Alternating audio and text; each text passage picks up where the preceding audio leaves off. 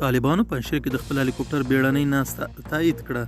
په سلامونو هرکلی کوم. که غواړئ چې بشپړ معلومات ترلاسه کړئ نو تر پایه راسره اوسئ.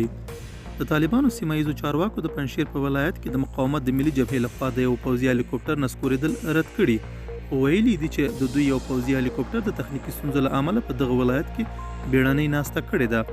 د احمدي مسعود په مشرۍ د طالبانو د حکومت مخالفې جبهې د پنجشنبې په ورځ د دغې جبهې د وسلوالو لخوا د پنجشیر ولایت د ارزو درې د غرونو په لوړو برخو کې د طالبانو د یو پوځي هلیکوپټر د نسکورېدو ادعا کړې وه. د دغې جبهې د ویان صبغت الله احمدي د ادعا له مخې په روسیه کې دغه جوړه شوې MI-12 هلیکوپټر 4 تنه عمله هم د مقاومت د ملي جبهې لخوا نیول شوي دي.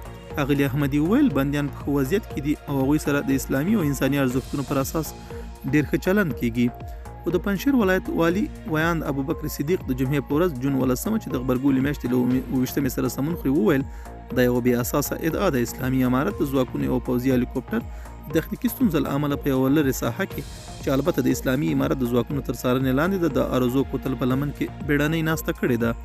ښاغلي صدیقي د مخالفې جبهې لخوا دغه هلیکوپټر د عملیې د غړو نیول کېدل هم رد کړل او ویل چې دا مسله هیڅ حقیقت نه لري. دا زموږ نننی چمتو شوی مطلب. تر بیا ښه وخت او ښې چارې.